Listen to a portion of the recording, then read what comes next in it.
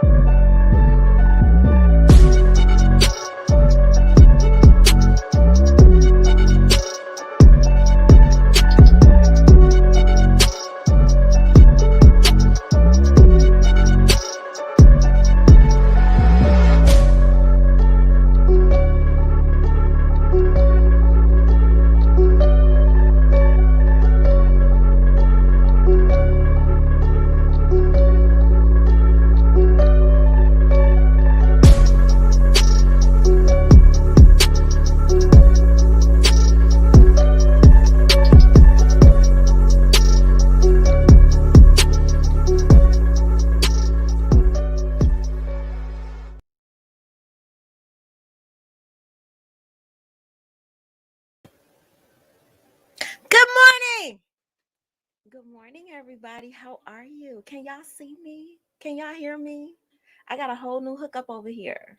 What y'all doing? Can y'all? I need to know. Listen, I'm trying not to put this little janky microphone up here because I don't even know that the little janky microphone is actually doing the things that it should be doing. So I need y'all to let me know. Let a girl know. Can you hear me? Can y'all see me good? Can y'all tell I got a good I don't think we will have the struggle stream of it all anymore. Can you hear me, Evil? Hey, y'all. Hey, everybody. That's my phone falling. Y'all know I be trying to get all of the things together. Oh, you can hear me good too? Yes. Okay. Yeah. Okay, wait, let me go back up to the top.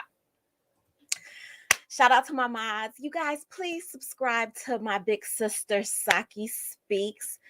We just came from her channel. You know, Saki be trying to teach us all of the things all of the time. I be having to take notes on the things. Listen, and I don't sit still. I'll be moving all through my house. So yeah, I love it. I love it over there. Y'all subscribe to Saki Speaks and just grab yourself a libation and pull up at the Speak Easy. Also, shout out to my other mod, Foxy and family. Hey girl, hey. Are you home? You across the street? That's my friend in real life. Hey McClure.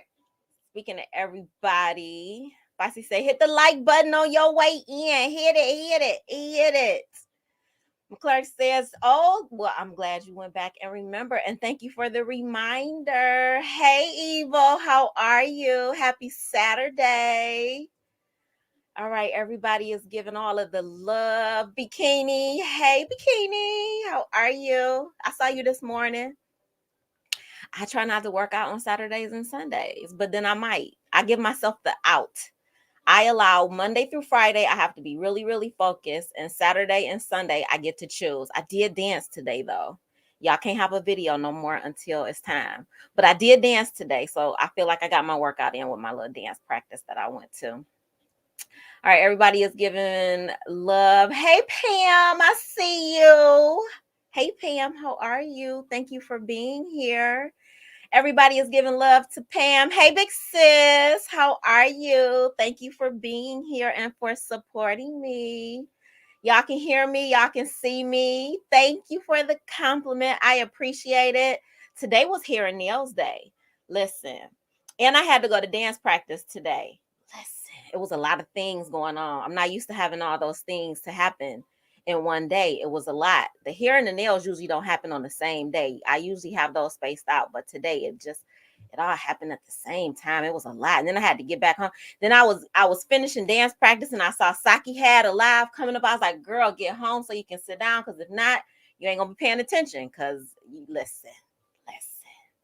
All right, everybody is giving love. Am I in Dubai? I wish. I wish, girl. We is in the D, just not the Dubai part. I would love to move there. I want to move. I'm ready to move out of the country at this point in my universe. America is ghetto. Shh, don't tell nobody, but America's a little ghetto. All right, Saki says McClurg and giving love to everybody else. Evil and Foxy and Bikini and Pam. Wham Bam Pam. Hey. Hey, BJ Dez. Welcome. I'm so happy that you are here with us. And I see you are a family. All right. I think that's all of the welcomes. All right, y'all, listen. So I think the struggle stream is gone. I'm using a laptop now. I upgraded my life. I took every spec that I had to the Geek Squad, and they told me I needed a new computer. And I don't have a personal laptop. So instead of getting a new computer, a desktop, I just got a good laptop that I can take out with me. Yeah, so I'm on and it's weird because even though it's a laptop, I have it set up like it's a desktop. So I have one of those stands where it sits up, and then I use a wireless keyboard because I hate the keyboard on laptops, all of them. It doesn't matter what laptop it is.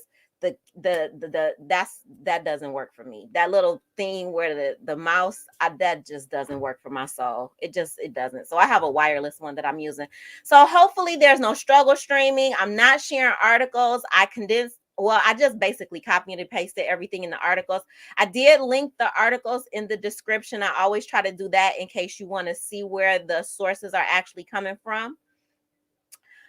We have some more love being given over here. I think I've acknowledged everybody, so I think we're good.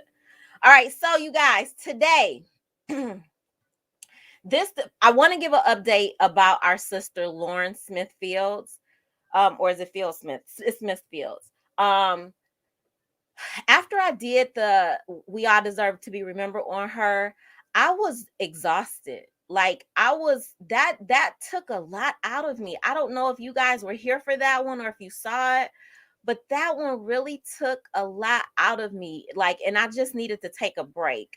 Um, but I did, I have a few other ways that I channel my all of the things that I think about on here. So I was able to do a drinks and journals. I was able to do a Road to 50 celebration. So that kind of helped fill in that gap while I was taking a little break from the We All Deserve to Be Remembered.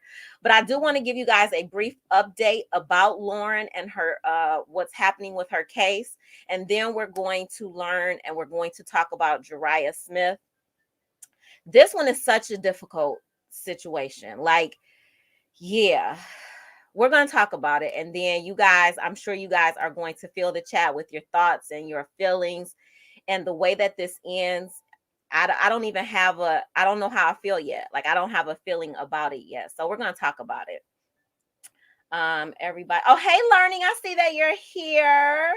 I got Pam. Hey, Learning to Love Myself. Good evening. Thank you for being. Evil said upgrade. Yes. The women in Dubai are not friendly. Please don't move there. Really? Child, I ain't friendly, so. Okay, no. Yes, I got to upgrade. I would like to thank the ghost for helping me to upgrade my life. You're greatly appreciated. I got Learning. I got BJ Daz. I think I got everybody. All right, so I'm gonna go to this last one from Evil, so I'll know where we started. My big sis said to always keep a comment highlighted, so that'll let me know where I'm started. Plus, I know the timestamp is 6:41. All right, so we're good. Struggle streaming, Mike, and I do have another question. I have background music playing. Is it distracting? Can you hear it? I need to know because I'll need to know if I need to like mute it, turn it off, lower the volume. How is the background noise? Yes, the ghost did help to support our channel. Yes. You guys, let me know about the sound before I get started. You can't hear it. Oh, good. Then it's just me. I can't work without music. I don't know. Saki was talking about like students that need to move around. None of that stuff bothers me in the classroom. I teach virtually right now though, but I can't even teach without music. I can't do anything without like noise in the background. I have such a hard time. I can't, like, literally, if it's quiet, I want to take a nap. I sleep in the quiet, but I can't function in the quiet. Sometimes I sleep with the music too, though. It just depends. All right, so you can't hear the music. Good. Let's get going. So I know that's the last question that I asked. We do appreciate the ghosts. Hey, ghost, if you're here, hey. All right, let me share my screen and let's get started. I'm so excited. I don't see the little thing spinning and I can listen. I feel like a whole grown up out here in YouTube. Like I'm growing up before your very YouTube eyes, YouTube people. I'm feeling some kind of way right now. All right, let's do the things that we do. All right, so let me lower that. I know we appreciate the ghost was the last comment. Let me write that down. All right, so this is in memory of Jurayah Smith. Jurayah was born September girl, July 26, 2016, and she left us on October the 22nd, 2017. So before we get into Jurayah, we're going to do a little bit about the Lauren Smith Fields update. This update is dated, what's today? Today is the 15th, I think. So this is from yesterday. This is Lauren's family tells NBC Connecticut their nightmare started more than a month ago after not hearing from her. We already discussed all of that. Chantel and Lauren's brother went to her apartment on December 13th. But when they got to her apartment, she wasn't there, but they saw a note on the door. Now, that's new information. I don't remember us discussing that when we had our live about Lauren the last time. The family said the note had a number on it and said, if you're looking for Lauren, call the number. The number belonged to the landlord, who later told Chantel and her brother that she had died. What? The family say they had to call police and the detective about the case and did not get confirmation about Lauren's death until they reached out to the Bridgeport Police Department. This is new for me. I've never heard this. I don't remember us discussing this, that they didn't even reach out to her family. And they knew who she was because she was in her apartment when she departed. The Bridgeport police issued a statement. We've read this statement already. Let's reread it. On December 21st, 2021, the Bridgeport Emergency Operations Center received a call for service regarding an untimely death.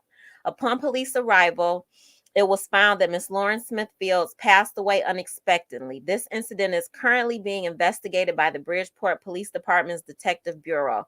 This investigation remains open and active. The Detective Bureau is awaiting the final report from the Chief Medical Examiner's Office for cause and manner of death of Miss Smith Fields. The Bridgeport Police Department offers its sincerest condolences to the family and friends of Miss Lauren Smith Fields. We encourage anyone with information regarding this incident to contact either. This is a different statement too than we read the last time, because the last statement was like the politically correct way to respond when in crisis mode. This statement, we encourage anyone with information regarding this incident to contact either Detective Sergeant Joseph Morales or the Bridgeport Police, is new. And I know it's new because we already have somebody that we should be talking to, as meaning we as in the police, and we haven't yet to find out what his name is.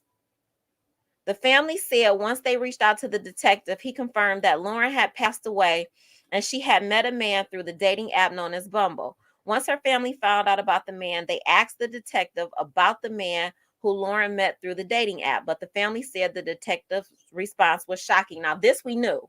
When I asked the officer about the guy, he said he was a very nice guy and they weren't looking into him anymore, said Jeter. It was almost like he was sticking up for him, and it seemed weird to hear that from a detective.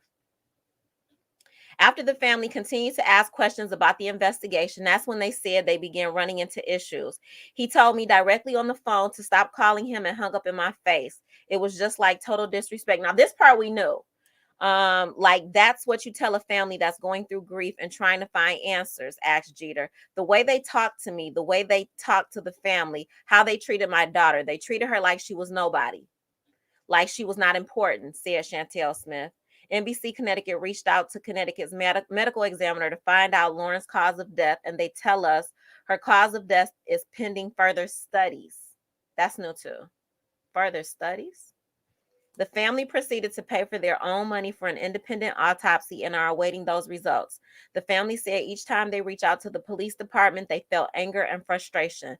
Those emotions and search for answers led them to hiring attorney Darnell Crossland in an effort to get justice for Lauren. We have seen the amount of resources that have gone to other cases involving missing white women like Gabby Petito, and we know so many Black women are missing so much in this country, said Crossland. Everyone is speaking out. Everyone is insulted with the way the Bridgeport police and the Bridgeport city has dealt with us.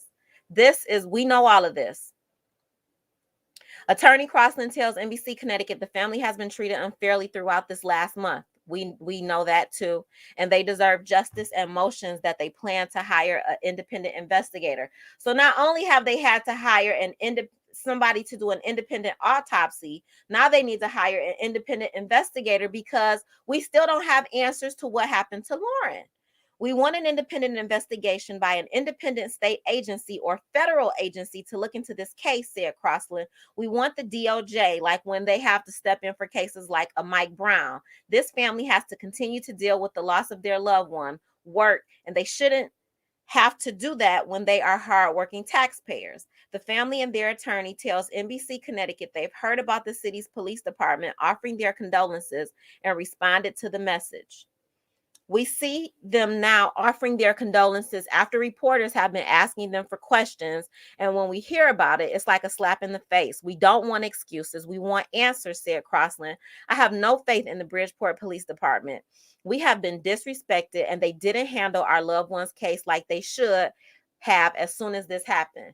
Totally agree. The family's attorney tells NBC Connecticut they plan to serve a notice of an intention to sue the city of Bridgeport and plan to make the announcement on Sunday, as in tomorrow. There's going to be an announcement tomorrow, guys. You heard it here. Tomorrow, they are going to make some type of announcement about what's going to happen with Lauren and the family suing the city of Bridgeport and the police department. We want justice. We want answers. I mean, whatever happened, happened that night. We want to know, and we want to feel like they care as much as we care, said Jeter, as they should. I miss my daughter, and I see her in everything I do, and it pains me to know that I'll never get to see her again, said Chantel Fields.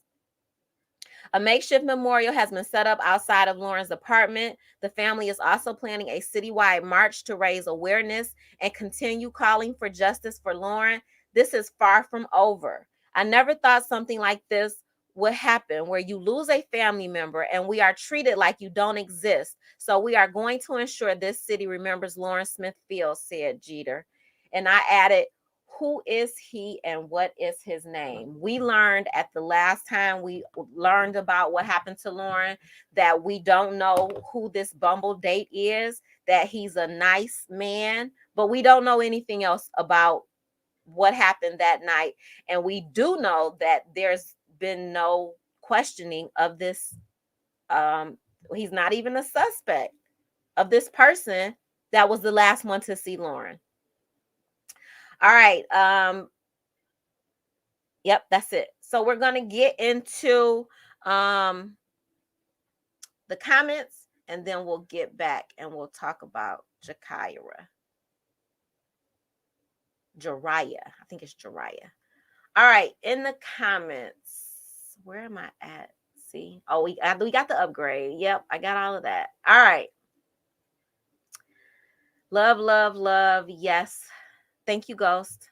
Thank you. We not struggle streaming no more. We got all of the things. All right, everybody is loved. Nobody can hear the music. Yes, we appreciate the ghost. Struggle stream no more. I done came up. I gotta figure. I'm moving too fast on the back end stuff that I'm trying to do because I don't want to be a struggle streamer. Like some of this stuff, I was gonna wait till I got like at least 500, 600 subscribers. But the universe said, girl, you need things. Get the things now. That clearly says you think there's foul play. Oh, there's absolutely foul play. There's absolutely. And there, like, we did this like almost 2 weeks ago, and we're still stuck. The family's going to make an announcement tomorrow. She passed away in mid-December. It's past mid-January. It's been 30 days, or like, what's going on with this young lady? And nothing's just making sense. Yes, you guys, please subscribe to Foxy and say his name. What is this man's name? Yes, please subscribe to I See You Are a Family and Bikini Body Challenge. Say his name. What is his name? Subscribe to Evo's channel as well. Subscribe to Saki Speaks. Yes, please, please, please. And you can support Organized Chaos right here. The greatest support you could give me is just to subscribe and to like and to share. But if you want to cash app a girl, you know what I'm saying? Help us over here. Pay off some of these upgrade bills that we are accumulating out here in these YouTube streets. That would be greatly appreciated too. I appreciate it. Oh, those police are working hard to hide this evil fool. Right. Say I just want to know what the man is. We still don't know his name yet. It's been a long time. We don't know his name. I'm saying for the law enforcement statement to say, if you know anything about this incident, please listen. If you know anything, contact us. Where's the man that was there? Are you talking? Can you let us know if you're even having a conversation with that man? None of it makes sense. None of it makes sense. All right, that's our update on Lauren. I will be paying attention tomorrow, and if I need to give another update when I do my next We All Deserve to Be Remembered, I will continue to follow up around this Lauren Smith Fields case. As much as draining as it was for me, I just believe she deserves a voice, and whatever voice I can give her. Right now I have 14 people watching. One of those people may never have heard of her or heard of her story, and this is like now. This is recent. This is happening right now, and there needs to be some justice for Lauren as well as for her family. So whatever energy I can send to that, I am blessed to be able to do that. Basi says, who are they protecting in her case? Child, that's what we trying to figure out too. All right, we are moving on to Jurayah Smith. Let me take a deep breath and take a sip, you guys, because this one is difficult as well. I got my Good Morning Sunshine mug. Can y'all see that? Good Morning Sunshine. This used to be my little banner on my YouTube page. But I've been upgrading that too, girl. I got Canva Pro over here. I be doing all of the things. All right, I'm ready. Y'all ready? I got my Carmex too. I don't have the sun making me all of the beautiful things for my lips like you do, Saki. I use Carmex. It's my friend. All right. So, okay, I'm ready. Are we ready?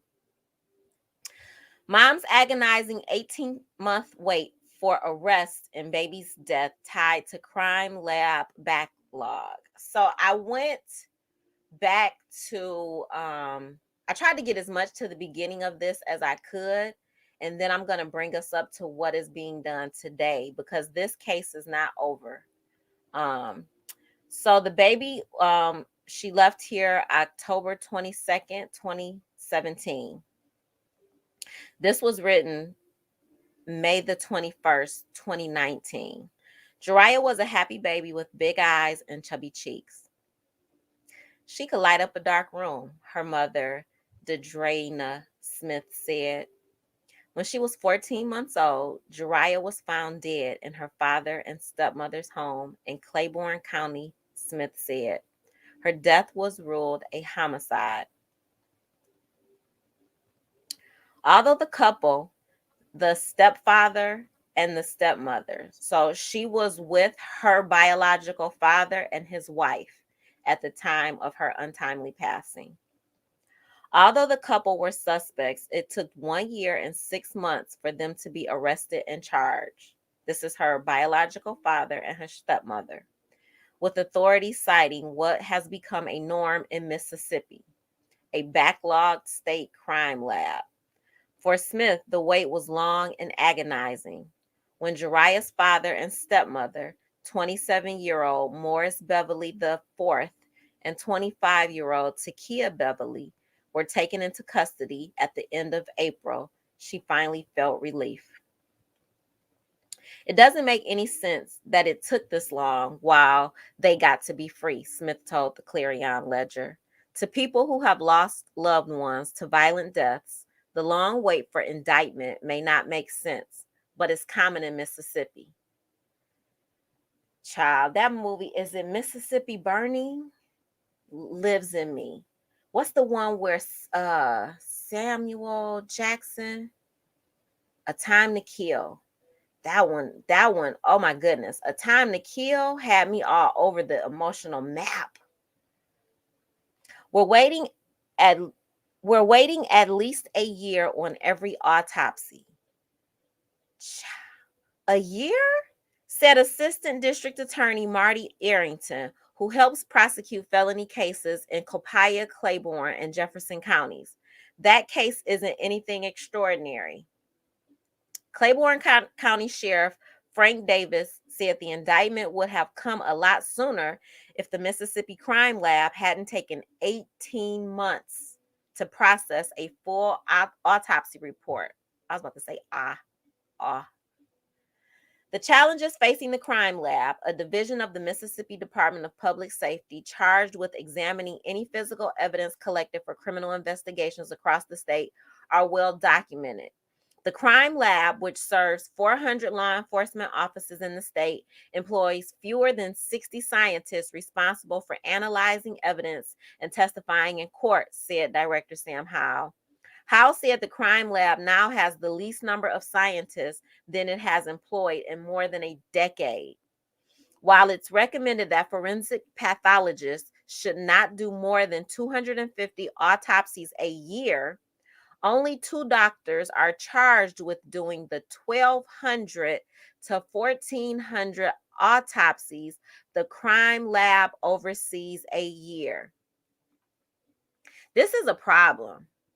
Even if you just think about, like the first thing that entered my mind was the discussion that we were just having on Saki's channel about your brain, and it's not a computer, right? It's not a must. Like it has to rest. It has to recharge. It has to. If you have 250 autopsies are the norm for a person in a year, they are now asking these same people to do 1,200 to 1,400 in a year. There's going to be great mistakes made. There's going to be information that is left out because these people that are doing these autopsies, these forensic pathologists, they're not 100% doing this type of work. This is a problem. We are doing the most we can with the resources that we have, Hal said. Hal sounds very weary when he's asked to talk about the crime lab's budget. Let's just say the funding and staffing of forensics in the state has not been a budgetary priority, he said. A lot of this has been said year after year, over and over again. It's unfortunately not new. This is also going to cause problems for charging the father and the stepmother. Jurayah's last day, I was in disbelief. On October 22nd, 2017, Jurayah's father called Smith, the mother. Can you come to the house?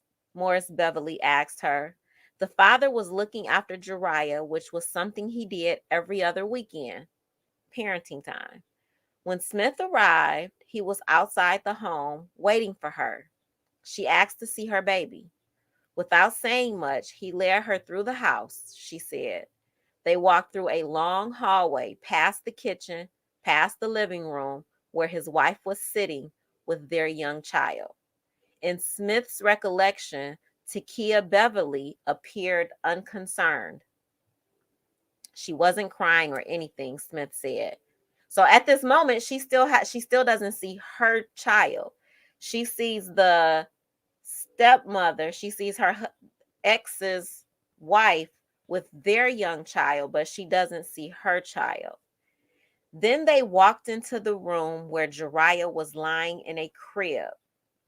Child, this would take me out. Okay, I need a second, child. I saw her lying on her back. Her eyes were closed. Her mouth was closed, Smith said. She knew immediately something was wrong. Her baby never slept with her mouth closed. At that time, I was in disbelief, she said. I didn't know what to do. When I got myself together, I called my aunt and my uncle. The next 18 months is because of an autopsy backlog. 2 days later, on October 24th, a forensic pathologist laid Jurayah's body out for an autopsy. The preliminary autopsy report showed the apparent cause of death was multiple blunt force trauma to the head. The sheriff's office received the preliminary report back the same day as the autopsy, Howe said. Then law enforcement waited for a year and a half for a full autopsy report. Howe said there may have not been a need for law enforcement to wait on the full report because the cause of death never changed. The cause of death was multiple blunt force trauma to the head. So that didn't change from the preliminary autopsy to the full autopsy, which is good. So why didn't they charge them with the preliminary results?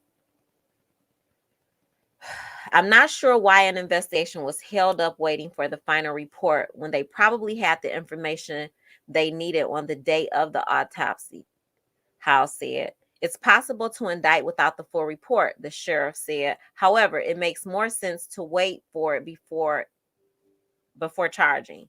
Davis explained that there's a risk that the full autopsy report could show a different cause of death from the initial one. In a case like that, you're made to look like a fool because the autopsy does not substantiate what you charged them with, Davis said. The key to all this is just remember you can only try a person one time for the same crime. That's true. Now, that is true. You can't do double jeopardy. Doesn't it make sense to have all the evidence before you charge them and take them to trial, he said. In cases like Jurayah, the problem is the Mississippi's autopsy lab. They need to fix that. In cases like Jurayah's, while waiting for the full autopsy report, investigators gather evidence and take statements from witnesses, Davis said. They get in touch with people who had been with the child in the days leading up to the death. They ask how long they spent with the child and what they did together. Sometimes the investigation takes weeks or months, depending on how many people detectives have to talk to and how hard it is to locate them, he said. Taking into account the wait between grand juries, Davis said a case like this could be indicted within 3 months, if not for the wait evidence from the crime lab. Arrington, the assistant district attorney, said he doesn't fault the crime lab for the long waits. What? Everybody is doing the best they can. No, they not. You need to fund the crime lab. You need to get people to work in the crime lab. You need to give relief to the 2 people who are working there because they're overworked. Everybody is doing the best they can. The crime lab, best they can. The crime lab, the district attorney's office, the sheriff's office. Sometimes it just takes time. No, ma'am. No, ma'am. Nobody is intentionally causing a delay. The bureaucracy is intentionally causing a delay. If you know there's a problem within your institution, any institution, you should be trying to fix the problem. This is a problem, and the family is suffering because of an 18 months autopsy. Cause for justice for Jurayah. Jurayah's mother said it was difficult for her family to see the suspects walking free, which is her father and her stepmother. Patience was really hard. I just had to wait it out, she said. Through the year and a half that Smith waited for the suspects to be arrested, she continuously called for justice for Jurayah on social media. She expressed her frustration with the pace of the investigation and local law enforcement. The sheriff believes his office was unfairly criticized as months went by without an arrest. I don't know that he was unfairly criticized. I understand waiting for the final autopsy. The problem is the final autopsy is held up in bureaucratic BS. They were just doing their job, he said, and had no control. This is true, and had no control over the autopsy report once Jurayah's body was turned over to the crime lab. A lot of things come into play, he said. People don't understand what law enforcement has to do. The worst part is being criticized for doing your job when you know what you're doing is right. Waiting is the hardest part because family on the other side is suffering. I agree with that. Meanwhile, at home, Jurayah's sister kept asking, Mom, where's Jurayah? Smith told her child that her sister is in heaven. They visit her grave often with flowers and balloons in hand. We just sit out there and talk and chill and spend time with her, she said. It was hard knowing I'd never see her again. The report came back from the crime lab on April 22nd. The case was presented to a grand jury for an indictment that same day. Justice is here, Smith posted on social media on April the 30th, after the suspects turned themselves in. All right, that's the first article. I'm going to go back to the chat. We had our Comex conversation. Evo, I got like 1,000 of them. I ain't going to tell you. Yes. All right. So we're here. That's TF ridiculous for it to take a year. SMF. I know what all of those things mean. How can they be more accurate in the findings? Well, That part I understand. Police department are misguided on where their funding goes. Obviously, the crime lab means less than the equipment. It should all be important. I absolutely agree. They teach teaching and education the same way, McClure. Godspeed. Listen, my heart is break. She had to wait. And it's still not over, y'all. Wait till we get into this next one. I bet the stepmother did it, and the father is covering for her. He's whipped. We about to find out. How can you do that to your own child? We're about to find out. Let's get into this next article. All right, this article comes from Black America Web. Jemai Harris is the author of this article. The father and stepmother. Let me pull this up just a little bit so y'all can see it all on the YouTube. Okay. The father and stepmother of a 14-month-old child in Mississippi have been charged in her death. Mississippi is really low on a lot of statistical polls. Education is low, I think there. Poverty is high. 14-month-old Jurayah Smith died on October 22nd in 2017 while in the care of her father and stepmother. The child's mother, Jurayah Smith, posted the child's initial pathological exam on social media and demanded justice. In a video streamed to Facebook on May the 1st, 2018, I tried to get the video. I couldn't. It wasn't active anymore. Smith called for justice for Jurayah. In the video, Smith says Jurayah died of multiple blunt force trauma to the head. She found the baby lying in a crib with green lips. That's what I don't understand. Why was she was in the crib and the father and the stepmother were there with a child? What happened to that baby? Her other daughter wakes up every morning, Smith said, with the same question. Mama, where's Jurayah? I tell her she's gone, but she ain't never going to understand that, Smith said. Smith expressed frustration that no one had been locked up for her baby's death at that point. At the end of the day, I can't get my baby back. She ain't never going to come back, she said. According to reports, Morris Beverly IV and Takia Beverly are being charged with capital murder in the death of Jurayah. The couple turned themselves in to the Claiborne County Sheriff's Office Monday morning. According to Davis, preliminary hearings have not yet been scheduled. An autopsy listed that the baby died from multiple blunt head trauma. The manner of her death was described as a homicide. Sheriff Frank Davis and Claiborne County District Attorney Alexander Martin said they were waiting on the official autopsy from the state crime lab before proceeding with any arrests. Davis attributes the long turnaround to lack of manpower. We already know about that. It's bad for us as law enforcement officials because there's no way we should be waiting for this long, Davis said. We have no choice. We just have to live with it because they're the ones we have to give our cases to. They all need to be removed. New officials need to be put in to fix whatever's broken in that part of the system. Period. Mississippi, vote, register, vote, please. Davis said the arrest of Jurayah's father and stepmother provides relief for her family. The family will receive some sort of satisfaction, though they'll never be totally satisfied, knowing the case is presented to the court of law and people will stand trial for this child's murder, Davis told local news. So this is just an update. They've been arrested, and we're about to find out what happens after the arrest. So this is our third article. All right. I have a few comments. Anybody child for that matter. That's sickening. Oh, how can you hurt your own child? Yeah.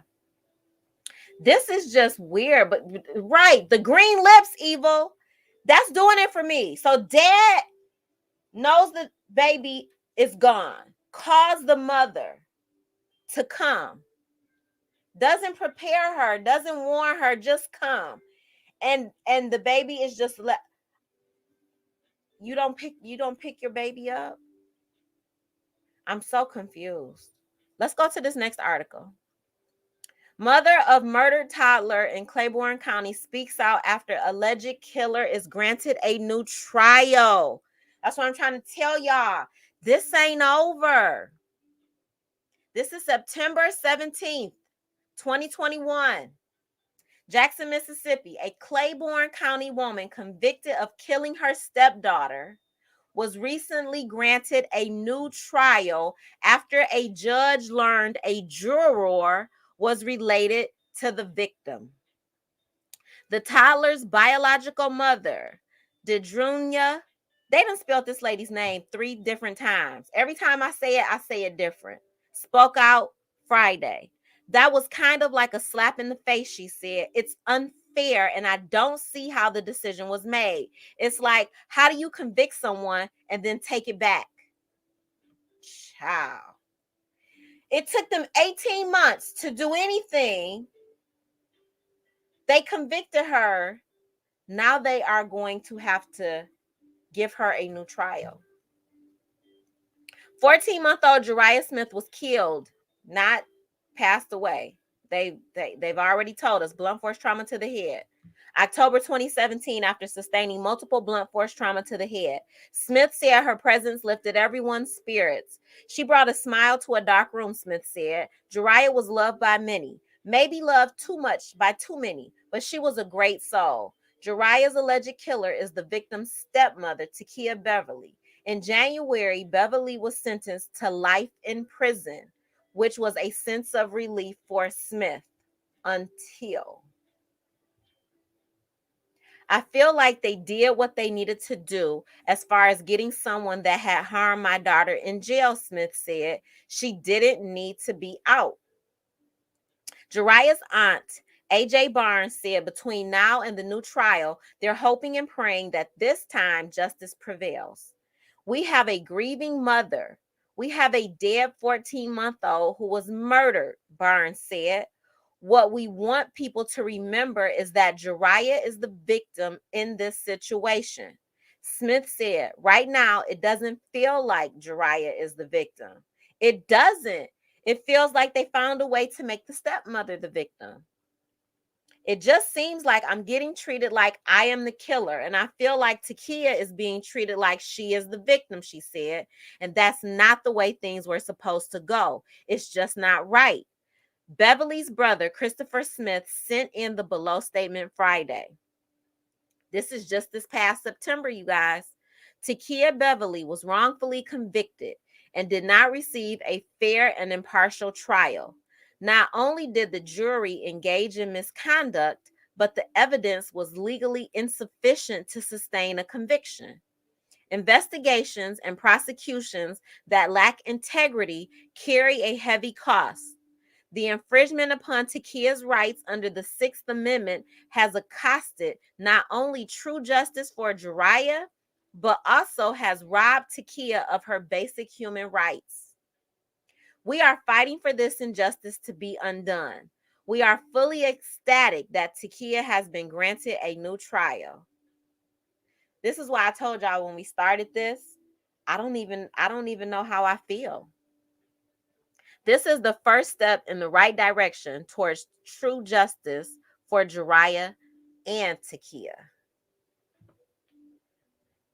The father is still locked up. All right, let me get to the comments, and then I think this is our last story.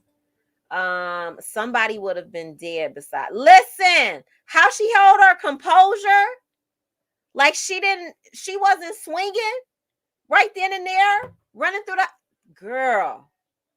You walk in and see your baby in a crib with blue lips, and the child's father is next to you. I know your confusion. I know, like, girl, this is so much, and it's still happening. This is crazy, BJ. Hey, BJ Diaz. I don't remember if I spoke to you, but hey, thank you for being here. Listen, how all of this. We got one more to get to. This story is more than heartbreaking. This story is this mother. When will children be an overall priority in this world? I'm at a loss. I don't even have words, McClure. I don't have the vernacular to even express the confusion in my head. McClurg, we know about you and your emojis. You're good over here.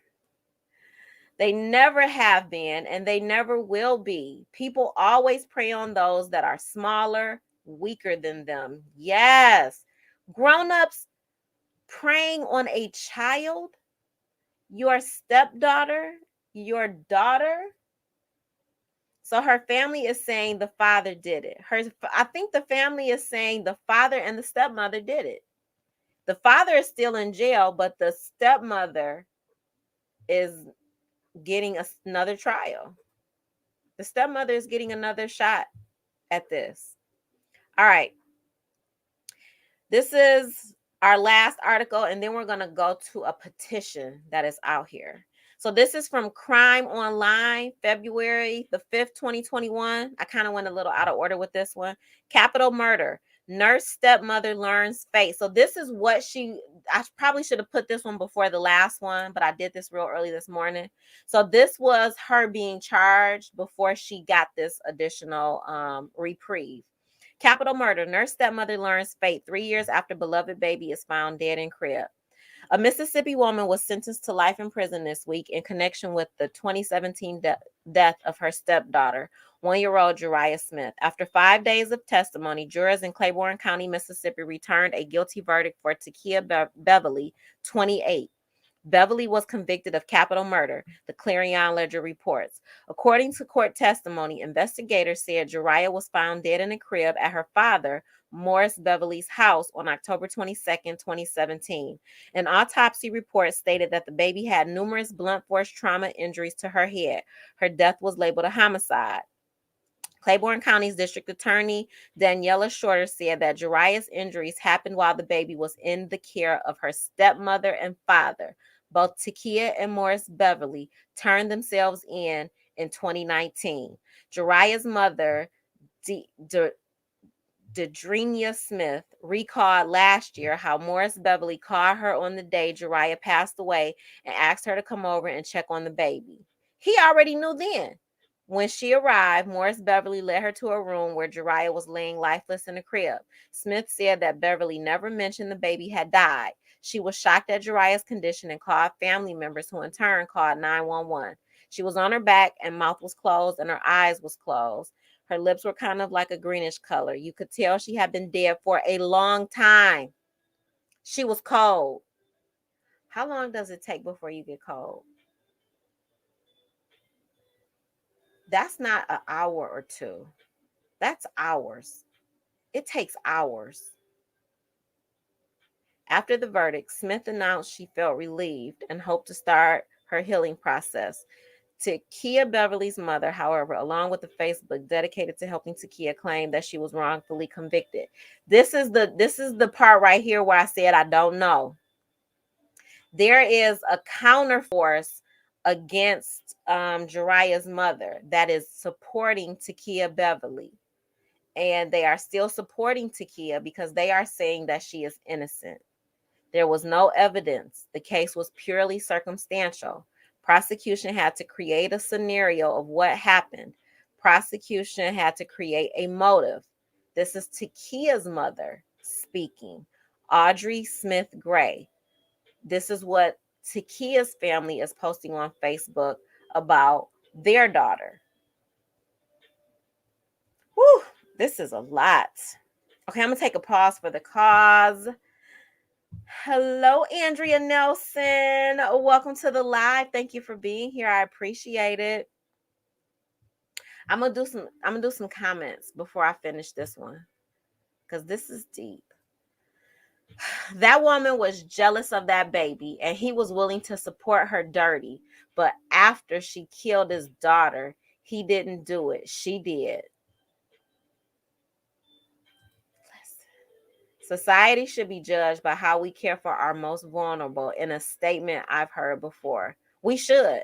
And if America were judged, what would America be right now? Yep.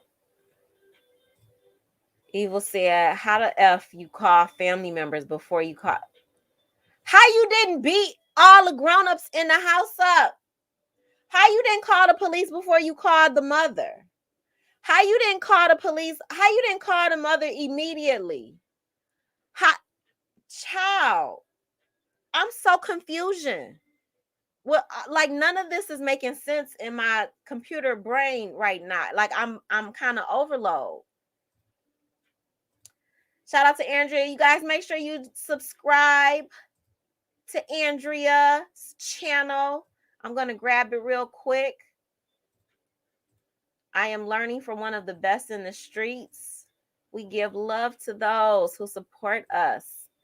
We're giving all the love to Andrea. Yay, I'm so glad you caught me too. I try to catch yours. We're in two totally different time zones though, Andrea. You go on like when I'm good and sleep. Like last night when Saki went on, I was awake at the beginning, but sleep. All right. Yes, you guys, please subscribe to Andrea Nelson. All right, let's finish this up. To hear my baby cry out loud while they sat there smugly and most cheered while my baby was convicted of a crime she didn't commit. So this is Takia's mother talking about Takia, the wife that has been convicted. She's in her feelings. She's in her motherly feelings because her daughter was convicted and she is now very upset. When questioned by investigators, Takia Beverly said she had no idea what happened to Jurayah and has maintained her innocence since the child's death. Claiborne County Sheriff Frank Davis previously said numerous people cared for Jurayah during the days leading up to her death. Investigators questioned each person and pieced together a timeline. So this is why the mother is saying circumstantial evidence. Shorter declined to seek the death penalty against Takia Beverly. Morris Beverly, who's also charged with murder, was scheduled to stand trial this week, but it has been pushed back. All right, the last thing we are going to get into after these few comments is this change.org petition I wanted to share with you guys. Just hold on one second. Let's finish up these comments. All of the love from Andrea. Yes, for the different time zones. Once I would have laid my eyes on my child, I would have claimed insanity. I know me. I would have lost it. I would have been like, hold on, and went and grabbed my lead filled buddy and then asked listen, evil. I don't how did she do that? How did she keep herself how do you keep yourself together? I don't understand any of this. Y'all, this is one of the most confusing cases that I've looked into. And it's going to get even more confusing.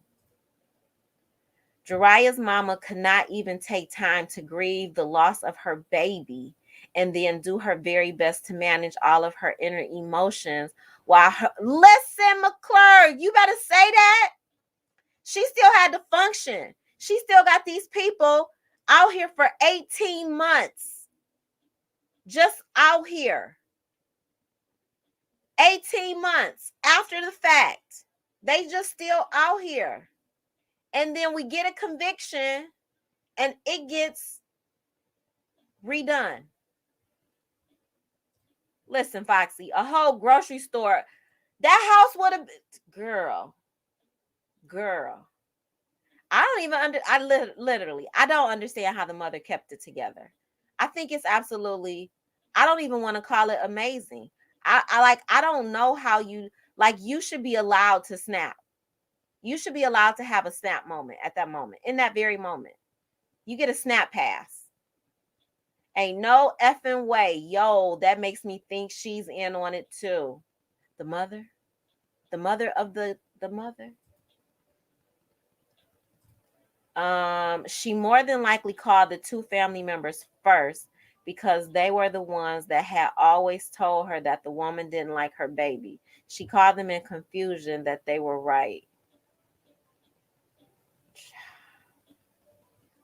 This is deep. Wait till y'all see this. Wait, let's get into this petition. Yeah, the mother of the mother. Yeah. So this is the last thing I'm going to show you guys about this case. There's a change.org petition for Takia Beverly. This is it. Release Takia Beverly from prison. FBI investigation of Jurayah's death and clear Takia's name. They have gotten 265 people to sign this petition. This is the wording. I'm going to read this. I'm going to read all of this because this is deep. I started reading some of it, but I didn't finish. So I'm reading this. We're going to read this together because I haven't read this. We elect, and so this petition was started by Herman Smith. And this petition is to the Mississippi State Senate and 3 other entities. I won't click on that. We elect and trust officials to put in the work in order to get it right. Let's take a stand against officials covering up the pathetic and poor work ethic that caused them to get it wrong. The Mississippi 22nd Circuit District is undermining the integrity of true justice in the case of Takia Beverly versus the state of Mississippi. Several officials have misused legal loopholes that ultimately led to the trial and conviction of Takia Beverly. Her civil rights were violated during trial, and during the post-trial motion hearings, she was able to prove jury misconduct. That part is true. The investigator, prosecutors, and witnesses in this trial also behaved dishonestly and unethically. I would produce the transcripts for those post-trial motions, but I can't. The court has limited public access to those motion hearing records and gagged the people in attendance. Also, we have been forced to wait on the judicial ruling in spite of being entitled to swift and fair justice. Let's make this right and see that true justice is always served in the great state of Mississippi. My grandchildren are suffering the most, and other family members are under a lot of unhealthy stress. If this miscarriage of justice is accepted and validated, it will happen again.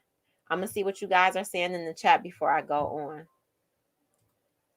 All right, yeah, the mother of Takia. Some things you can't control in that S. No, ma'am. The courts excuse you for traumatic incidents like that. Child, listen. That one would have been excused because I would have lost it. This is like not reality. This is like the world is upside down. Evil says, like when a woman catch their husband in the act of sleeping with another woman and killed. Listen, it's a pass. You get a pass. You get a hard pass that day. Whew. Okay, let's keep going. So we're still in this change.org petition trying to get, the family is trying to get support behind Takia and her second trial. The tragedy. Takia Beverly's bonus daughter and Morris's biological was found in her crib dead and unresponsive. The first 48 investigation. The investigator saw no signs of foul play, no bruises, no distress, or nothing that implied that a murder had taken place. What? That's not true. We have the initial autopsy report. Blunt force trauma to the head. What are they saying here? So the family is putting false information on this change.org petition. The medical examination, it was not thorough, according to the prosecutor's expert who testified during the court proceedings. The preliminary autopsy report said homicide, and it was shared with the biological mother. She was not investigated by the lead investigator.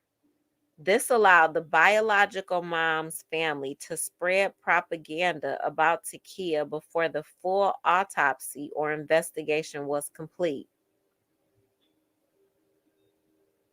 What? The victim's aunt admitted via social media that she showed up at the crime lab persistently and harassed an already overwhelmed medical examiner to produce a full autopsy report. So So she should. The victim's biological mom expressed via video that she was upset about Takia and Morris moving out of town, and she went to the media spreading propaganda demanding that justice be served in the form of arresting Takia and Morris. She should have. Jurayah was with Takia and Morris in the home with them in a crib with bluish greenish lips. I don't understand change.org. This petition, the criminal investigation. So this is in support of Takia. The lead investigator is a friend and a neighbor of the individuals who also cared for the victim days prior to her death. The lead investigator did not suspect anyone who cared for the victim on the eve of her death. In an effort to mislead the investigator and prevent him from investigating everyone, the victim's great uncle told the investigator that the baby was hurt at Morris's home, but intentionally withheld the fact that the incident that he was referring to was well documented by ER professionals and no foul play was suspected. Individuals who had previous contact with the victim wrote statements saying that she was not herself because she had a unusually lower level of energy and seemed tired.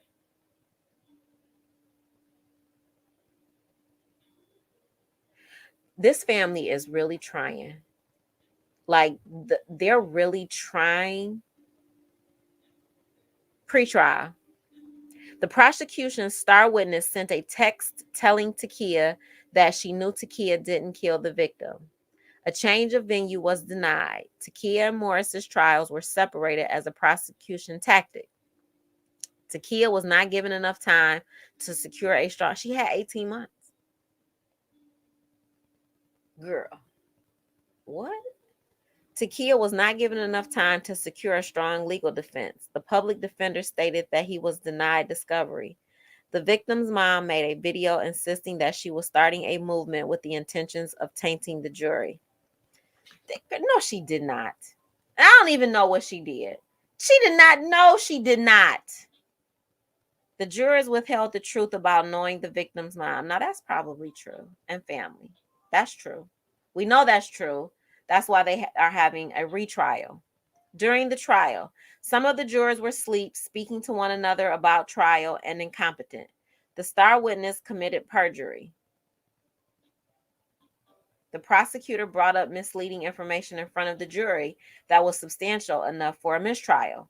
The defense attorney, Chris Ruth, was bullied by both prosecutors and court officials.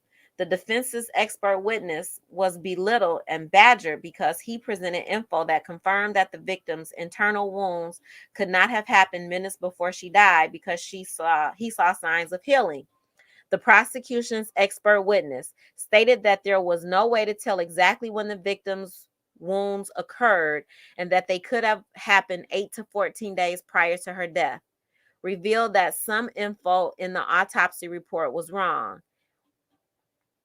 It took them 18 months to do. We already knew that something was going to be wrong with that report. Like, we kind of knew that in the very beginning because it's going to always be a loophole when something takes that long to get processed.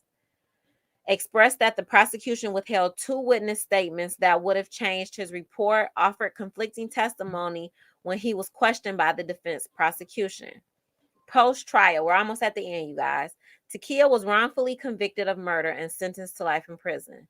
A juror expressed that they determined that Takia was guilty because she wore nice suits and had a relaxed look on her face. What? What is happening in Mississippi?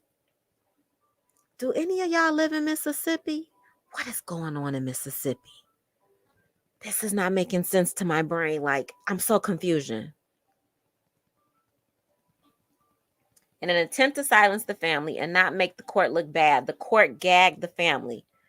The court can gag everybody if they want to. They can tell you to stop talking. In addition to the gag order, the family was warned that speaking out might cause harm to Takia in prison. Okay. The jury consisted of a relative of the deceased victim's aunt. That is, now that part, this is the only thing that they keep saying. This is the only thing that they keep saying that I'm like, okay, that part is wrong. How that juror's relationship with the family wasn't discovered. I don't know how that happened, but a lot of this other stuff in here, Mississippi. The tragedy took place in Port Gibson, Mississippi. This is a small town, and Takia was not a native of this town. The public officials are well acquainted with their citizens, and granting justice to familiar acquaintances took precedence over an unbiased investigation and trial. I disagree with that. They waited a whole 18 months to get the full autopsy report. They weren't even rushing. If you too are against this form of abuse of power in our court system, please sign my petition. Child. No, ma'am. No, ma'am. We're going to go back to Jurayah. Let's look at Jurayah. And then we're going to see what you guys are saying in the chat. This is just heartbreaking. And this family is in turmoil, like right at this moment still. And the mother well, not necessarily. I'm trying to think if the mother would have had a relationship with Takia and her family. Not necessarily. Not necessarily. How long were they married? What is going on in Mississippi? All right, let's get into the comments, y'all. All right, BJ is giving love. So sad. Andrea, I'm just confused. Like, I'm sad and confused. This is totally terrible. Like, all of the emotional trauma that is happening right now between these families, the emotional trauma of mom and just wanting to have peace of mind for her baby. They're trying to say that she fell. No, ma'am. No, ma'am.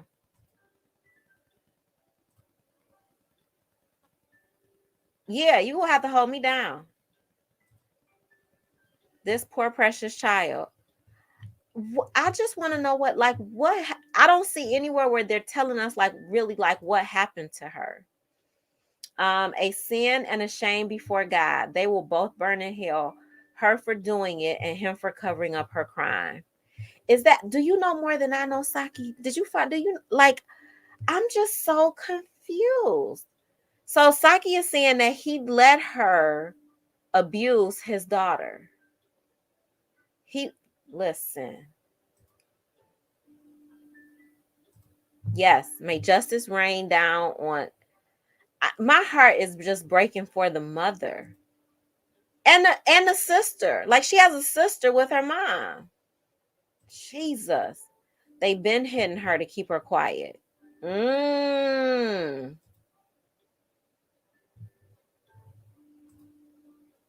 What about the evidence? Yeah, like they have the initial autopsy. Blunt force trauma to the head. There's evidence. They are the ones abusing the. Listen. This petition is worrisome. Release Takia Beverly from prison. What are there updates? Let's see. Mistrial granted. Oh, they are happy. Mistrial has been granted. We need to demand an independent investigation by the FBI into baby Jurayah's death. Daniela Shorter needs to recuse herself because of her affiliation with the victim's family. Claiborne County's 22nd Circuit District is on a mission to cover up all the improprieties that took place. They will not use the juror as a scapegoat to the public. Free. Is there more? Free Takia today. Child. This was updated September the 9th.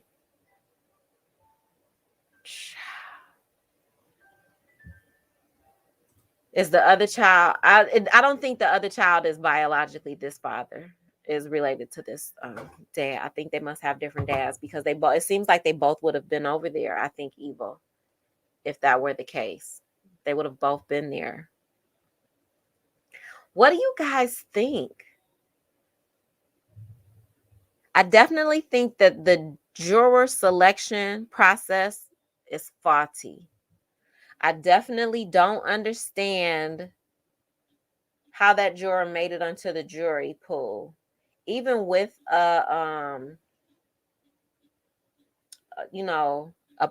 public defender. Like, aren't they trained to speak to jurors, ask the right questions?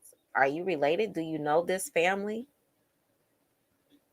I don't understand the autopsy department backlog. That's a. Can we do a quick Google search on Mississippi? And I don't know stuff. Even when I'm teaching, I teach my children to go to the Google machine.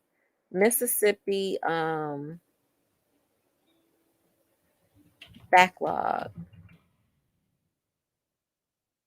of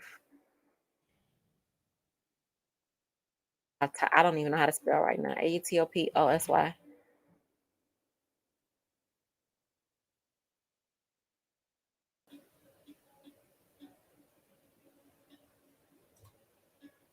Autopsies usually take 2 to 4 hours to perform. Preliminary results can be released within 24 hours, but the full results of an autopsy may take up to 6 weeks. So something that should take about 6 weeks to do in Mississippi is taking 18 months. That's a problem. Mississippi has a problem. This is terrible. This is terrible. I'm telling you, I feel the mother was overwhelmed with this child as well as the father. And she was aware they were all tired because ain't no way you come to get your child and they deceased and you're calm. Listen, that's where I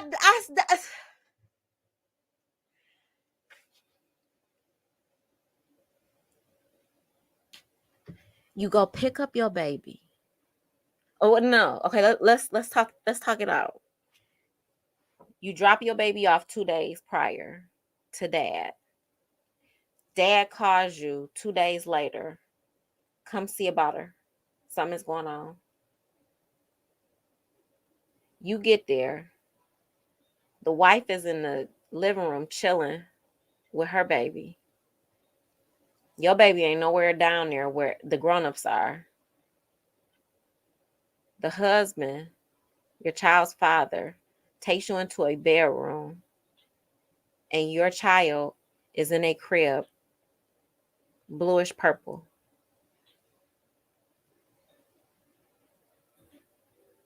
I don't understand that. I don't understand how the mother didn't lose it.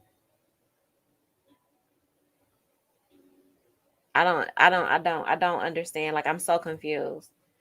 She's in on it or aware something was going to be handled.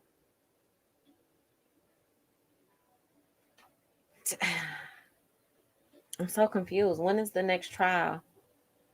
I don't know, Andrea. Let's.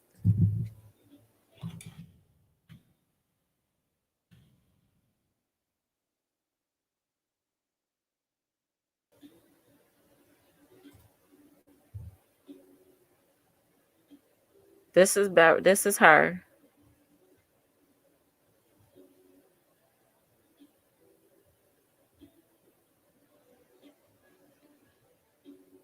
It is clear that there is some form of relationship between Janiqua Baker, the aunt of the victim, and juror number 24. Therefore, the issue becomes whether juror number 24 should have divulged such information.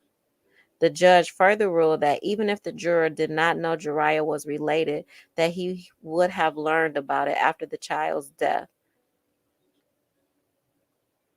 The facts clear to Kia. This is her mother. A new trial has been granted. However, a gag order is still in place. Consequently, I have no comment. We don't know yet, Andrea. We have no idea. There's a gag order. They're not talking about it publicly. This is a mess, though. This is a god awful mess on so many levels. And this, y'all think the biological mother knows too? Do y'all think that? Talk to me, because I'm so confused. Something is seriously being covered up. It does not make any, like, y'all, like, I'm sitting here trying to think of words. The biological mother does not lose her ever loving mind when she walks in and sees her baby. She doesn't lose it. She doesn't lose it. I'm stuck there. That she didn't lose it. And she called two family members. That's the biological mother. So the biological mother knows what is being done to her child. Y'all think that's what's going on? And she helped. I'm so confused. This is the most confusing thing I've ever read. I would have been in a girl. That's all I'm saying. Even that's what I'm stuck there. You walk in and your child is gone. I don't understand.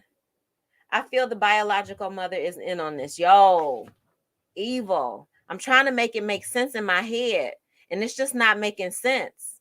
It's not. It's not. And she's real. I'm trying to, like, a part of me is like, she's so strong. That's not strength. In my brain, that's not strength. What is that? You could be right, evil. Child, listen.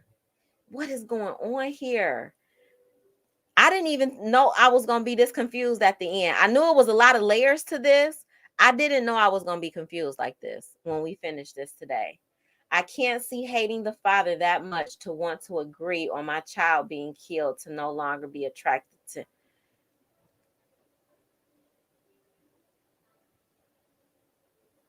What's going on with the father's case?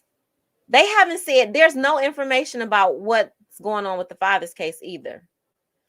I would have beat that father into the ground. Everybody in the house. I would have spared the baby that was there. But the stepmother and the father. That's why I'm so confused. That's it, Andrea. Yes. It's not strength. It's strange. Thank you. I didn't even think about this while I was doing this earlier. I didn't even focus on the mother. I was focused on the stepmother all day today. I'm like, wow, she gets a new trial. But now I'm looking at the mother like, what happened? What is going on? Evil says psychosis. Y'all, I'm so confusion. We're going to do a follow-up on this one too. I got to figure out a better place to put it than inside, but we got to maybe we'll have in memory of follow-ups. Maybe that'll just be a whole separate one where we follow up on cases that don't really have an end when I present them to you guys. What do you think about that? The follow-up series. Because right now we got two. We got to figure out what's going on with Lauren's case. And now we need to still figure out what's going on with Jurayah's case. The follow-up series. And then just keep track of the people that we're researching. Saki has the emojis. You know I can't see these Sakis. These emojis. Oh, this one. Yeah. Like, child. I've seen and heard so many women wanting away from the father, and the only way is to no longer have the children. I'm praying that's not what this is, but it is strange. It's not strange. Andrea, you spoke a whole word. That's my new motto. It's when people just don't react or respond, I don't find that to be strength. It's not strength. It's strange. I'm writing that one down because that's a word. Yes, please do a follow-up and more information comes to light. I absolutely will. Saki just put it in here. The new trial is set for May 2nd. I will be on top of this for sure. And I'm also going to stay on top of the Lauren Smith Fields case as well. Part 2. Yep. I'm just going to create a whole new series of when we do follow-ups so that I don't intertwine. Like I intertwined Lauren's into Jurayah's today. It felt a little awkward when I was doing it. I didn't know how it was going to come out. I think separating them is would be better.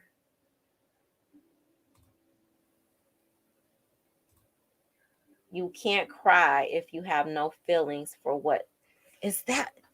It is strange. I think we are all over here just trying to unpack the strangeness of this, right? I didn't see this happening right now. Oh my goodness, girl. Saki is amazing. Duh. Big sister Saki, SBI, best take it over. Listen, I don't know what's happening or what's going on, but we will definitely follow up with Jurayah. I will definitely follow up on Lauren. And any new we all deserve to be remembered. If there is a need to follow up, we are going to absolutely make that a part of what we do in a separate space. Evil says, I am effing livid. It's not even my child. Look at that baby. That baby didn't make it to 2 years old. She is absolutely gorgeous. Yes. Thank you, Andrea. All right, you guys. With that, we coming back, Jurayah. We want to know what happened. We coming back. I'm going to say thank you guys for tuning in. I appreciate you. I love you. If you have not done so, please subscribe to the channel and help your girl get to 200. Because we are over 100 over here. Help me get to 200. I really would appreciate that. Share the video. I do a lot of different things in this space. So I just really appreciate anybody that took the time to tune in. If you're here during the live, if you come back during a replay, I'm part of replay gangs all over the universe of YouTube. So I appreciate all of the support. Every like, every click, every subscribe helps the channel enter into that wonderful place of the algorithm that nobody really understands, but it's part of how YouTube life works. Thank you, thank you, thank you. I will finish up through these comments. Truth and justice for Jurayah Smith. Yes, rest in power, sweet angel. Only who feels it knows it. Maybe the mother was so frozen she didn't know what to do. But she unfroze Bikini and she called 2 family members and then she called 911. And I get it. We never know what we would do if we are not in the place to do the thing that we, have the bird's eye view of. But child, your baby is gone. I don't know about that one. I just feel like if nothing else, I would have passed out. They would have had to call 911 because I passed out in that moment. Organized. Thank you so much for sharing. Yes, Andrea, I have so many more. We have a lot. I started doing, let me tell you guys how I got here. I forgot to tell you guys in the beginning. I got to. We all deserve to be remembered because I am on a journey.